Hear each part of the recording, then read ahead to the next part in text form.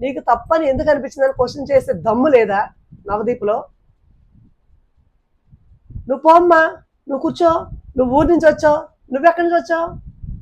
ఊరి నుంచి వచ్చిన వాళ్ళకి హక్కులు లేవా మాట్లాడే హక్కులు? తప్పు చేసింది వాళ్ళు, దాన్ని సమర్థించుకోవడానికి మళ్ళీ ఇంకా తప్పు మీద తప్పు చేస్తున్నారు. నిన్న శ్రీజ విషయంలో చేసింది 100% రాంగ్. నవదీప్ యాటిట్యూడ్ చాలా వరస్ట్గా ఉంది. జడ్జి అయితే ఏదైనా మాట్లాడేస్తారా? ఇచ్చిన టాస్క్లు ఇద్దరికి సమానంగా ఇవ్వాలి, లేదంటే మానేసేయాలి.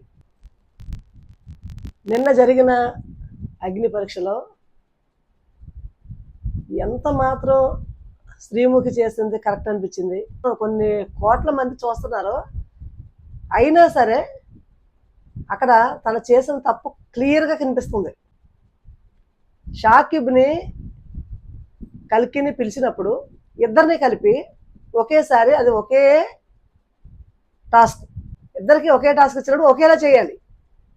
ఇక్కడ కల్కికి క్లారిటీగా చెప్పిన శ్రీముఖి షాకిబ్ విషయంలో క్లారిటీ ఇవ్వలేదు. దానివల్ల అయితే అతను కన్ఫ్యూజ్ అయ్యాడు, టాస్క్ అయితే ఓడిపోయాడు. ఇంత దాన్ని సమర్థించుకుంటాక ఇంకా చాలా విషయాలు చేశారు. మధ్యలో నవదీప్ వేలెట్టాడు, ఎవరైనా ఉన్నారా అని అడుగుతున్నాడు. ఇది రాంగ్ అని ప్రూవ్ చేయటానికి ఎవరైనా ఉన్నారా అన్న దమ్ము శ్రీజ ఒక్కతే చేయెత్తింది. సరే చెయ్యెత్తినప్పుడు స్టేజ్ మీదకి పిలిచినప్పుడు మరి శ్రీజని ఎందుకు పిలిచినట్టు? చెయ్యెత్తమని అన్న దమ్మున్న మగాడు అంతే విధంగా రెస్పాన్స్ అవ్వాలి. దాని క్లారిటీ ఆమెను అడగాలి. నువ్వు పోమ్మా అంటాకే పిలిచాడా?